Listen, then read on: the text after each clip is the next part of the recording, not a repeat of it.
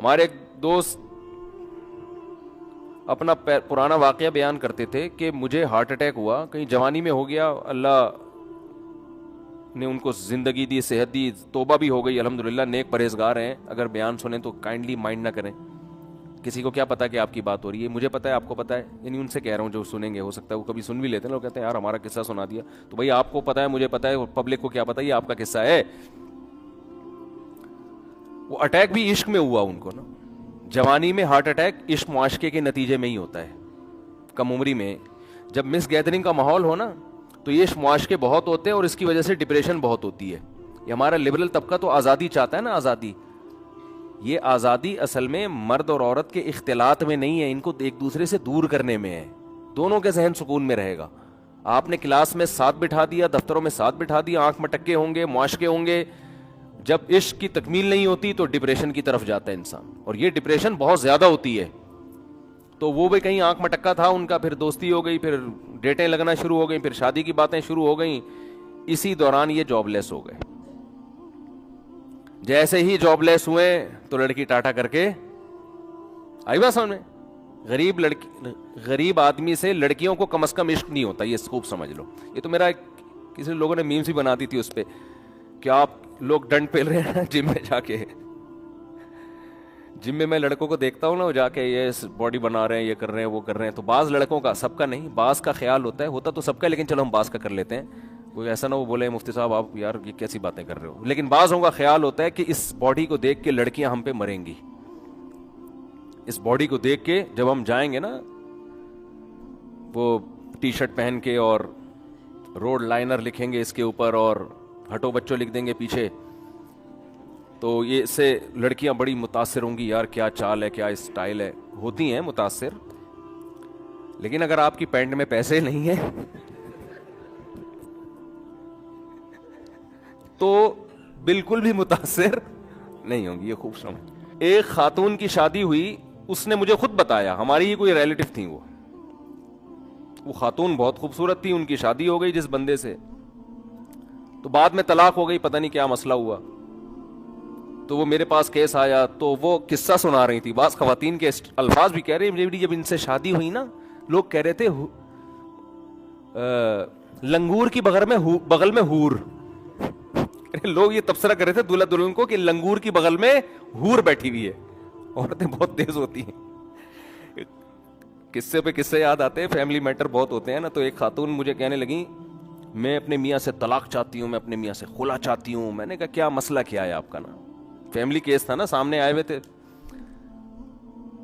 بھائی، وہ میں نے کہا خرچہ دیتا ہے پورا، ہاں جی خرچہ تو دے رہا ہے، گھر ملا ہوا ہے، چھت میسر ہے، ہاں جی، کوئی نشہ تو نہیں کرتا، نہیں جی، بے تحاشا مارتا پیٹتا تو نہیں ہے، نہیں جی، تو پھر کیا پرابلم ہے، کہہ رہی گالیاں بہت دیتا ہے۔ میں نے کہا دیکھیں محترمہ، یہ گالیاں تو آج کل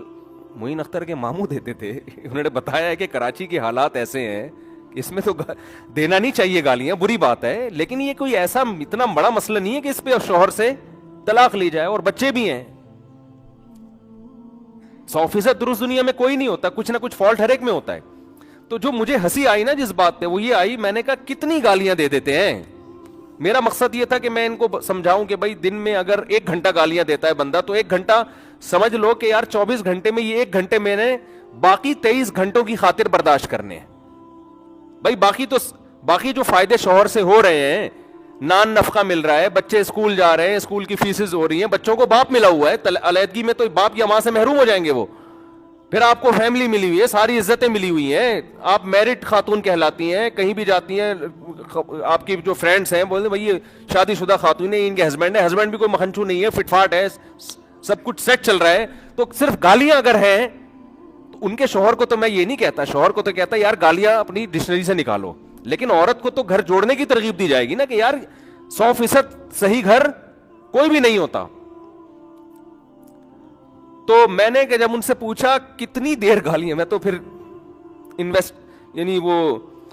تحقیق کرتا ہوں نا، میں نے کہا کتنی دیر گالیاں دیں، انہوں نے کہا 12 گھنٹے گالیاں دیتے ہیں۔ میں نے ان سے کہا نہیں، لیکن میرا دل چاہ رہا تھا کہ معین اختر کے ماموں بھی اتنی گالیاں تو معین اختر کے ماموں بھی نہیں دیتے۔ پھر ان کا میسج آیا کہ 24 گھنٹے گالیاں دیتے ہیں، یا 24 گھنٹے میرا خیال ہے واش روم بھی جاتا ہے انسان, کیا وہاں بھی بیٹھ کے گالیاں دے رہے ہیں, میری بیگم ایسی تو تیری بیگم ہے بھائی, نہا بھی رہا ہو گیا, نہانے میں بھی گالیاں, پھر یہ بچے بھی گالیاں دے کے پیدا ہوئے ہیں, اس دوران بھی گالیاں تھی کیا؟ اور کبھی کوئی دعوت میں بھی جاتے ہوں گے میاں بیوی, وہاں بھی گالیاں. تو کچھ سمجھ میں آنے والا ہے حساب ہے. وہ کہہ رہے تھے عدالت سے خلا لینی ہے, میں نے کہا یہ خلا نہیں بنتی ہے عدالت سے, کوئی یہ کوئی ایسا کیس نہیں ہے جس پہ عدالت سے آپ خلا, عدالت تو دے دے گی, وہ تو گالیاں نہیں بھی دیتے ہو تو بھی دے دے گی, آپ گالیاں الٹا دیتی ہو نا شوہر کو, پھر بھی عدالت خلا کی ڈگری تھما دے گی, مگر اس سے یہ شرعی خلا ہوگا نہیں. تو میں نے ان سے کہا کہ آپ گھر بسائیں, اپنا نبھائیں, آپ کا دماغ سیٹنگ آؤٹ ہوئی ہے, ٹھیک ہے نا. اور پھر بھی اگر نہیں کسی کے نے رہنا تو جب تک شوہر ڈیورس دے گا نہیں اس وقت تک طلاق ہوگی نہیں. یہ کیس نہیں ہے, یہ سمجھ میں آنے والا حساب نہیں ہے.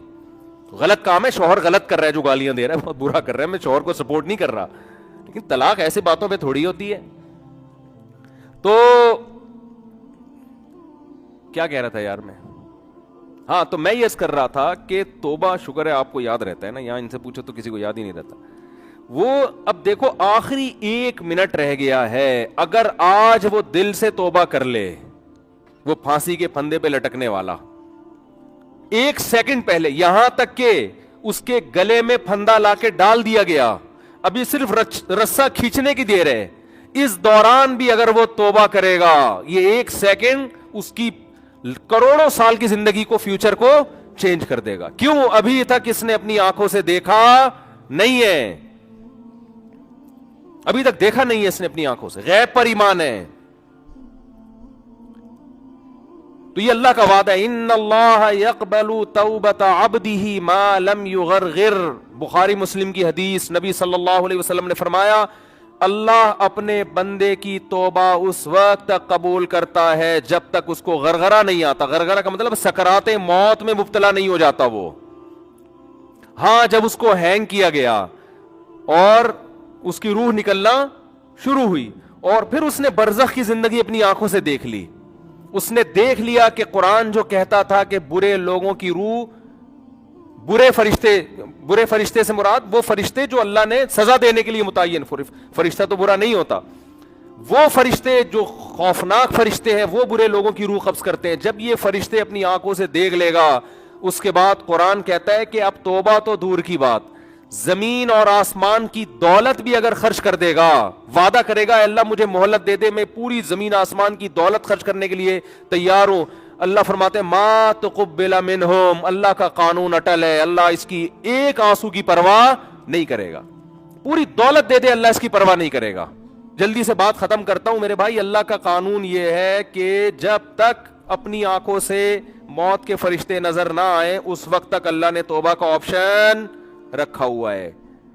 اور جب یہ منظر آپ نے اپنی آنکھوں سے دیکھ لیا, اللہ کہتے ہیں بیڑیاں رگڑتا رہے گا, کلا انہا کلمۃ ہوا قائلھا, توبہ کا کلمہ تیری زبان سے نکلا ہوا ایک کلمہ ہے جو ہوا میں تحلیل ہو کے ختم, اللہ کے ہاں اس کی کوئی ویلیو نہیں ہے. نبی صلی اللہ علیہ وسلم نے فرمایا کہ جہنم کی آگ سمندر کا پانی خوش نہیں کر سکتا, حدیث کا مفہوم ہے, لیکن 2 قطرے جہنم کی آگ کو ٹھنڈا کر دیتے ہیں. ایک اللہ کے راستے میں شہید ہوتے ہوئے, جو شہید کے خون کا پہلا قطرہ زمین پہ گرنے سے پہلے اس جہنم کی آگ کو اللہ ٹھنڈا کر دیتے ہیں. ایک اللہ کے خوف سے رویا ہوا آنسو,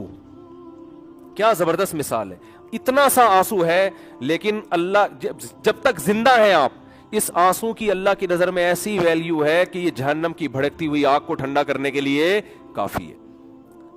تو بھائی خوش قسمت وہ ہے جو موت سے پہلے توبہ کر. اب آپ یہ نہ سوچیں کہ یار ٹھیک ہے آخری پھندے تک لٹکنے تک آخری منٹ میں بھی توبہ قبول ہوتی ہے تو ڈیلے کر لو. تو یہ دو گڑبڑے کا اندیشہ اس میں. نمبر 1, آپ کو کیا پتا کہ آپ کس وقت مریں گے, آپ کا آخری منٹ کب آئے گا, سمجھتے ہو؟ پھانسی کے مجرم کو تو پتا ہوتا ہے لٹکنے والا ہوں, ہر موت مرنے والے کو یہ پتا نہیں ہوتا. دوسری بات یہ کہ مشاہدے پر مبنی یہ حقیقت ہے, جو موت کی وجہ سے توبہ کو ڈیلے کرتا ہے ایسے لوگوں میں اکثر توبہ نہیں کرتے. آپ دیکھ لو غیر مسلموں میں جوانی میں توبہ کرنے والے، اسلام قبول کرنے والے زیادہ ہیں، بڑھاپے میں اسلام قبول کرنے والے کم ہیں. حالانکہ جوانی میں غیر مسلم بننے میں عیاشی زیادہ ہے، بڑھاپے میں تو ویسے ہی عیاشی نہیں ہے نا. لیکن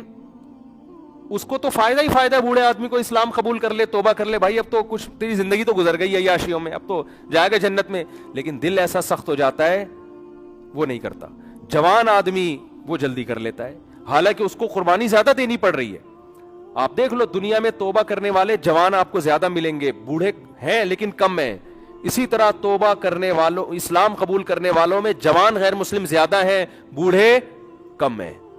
تو اس لیے کبھی بھی اس حماقت پہ توبہ کو ڈیلے نہیں کرنا چاہیے کہ مہلت تو اللہ نے دی ہوئی ہے. اور دوسری بات، جتنی جلدی توبہ کرو گے خیر اور برکتیں اتنی زیادہ ہوں گی، آپ نیکیاں زیادہ کما لو. ٹھیک ہے کوئی غیر مسلم آخری وقت میں مسلمان ہو رہا ہے، توبہ کر رہا ہے، گناہ معاف ہو گئے، لیکن نیکیوں کا موقع اس کو بہرحال، ٹھیک ہے اللہ اس کو جنت میں داخل کر دیں گے، لیکن وہ زیادہ اونچے درجات تک نہیں جا سکتا.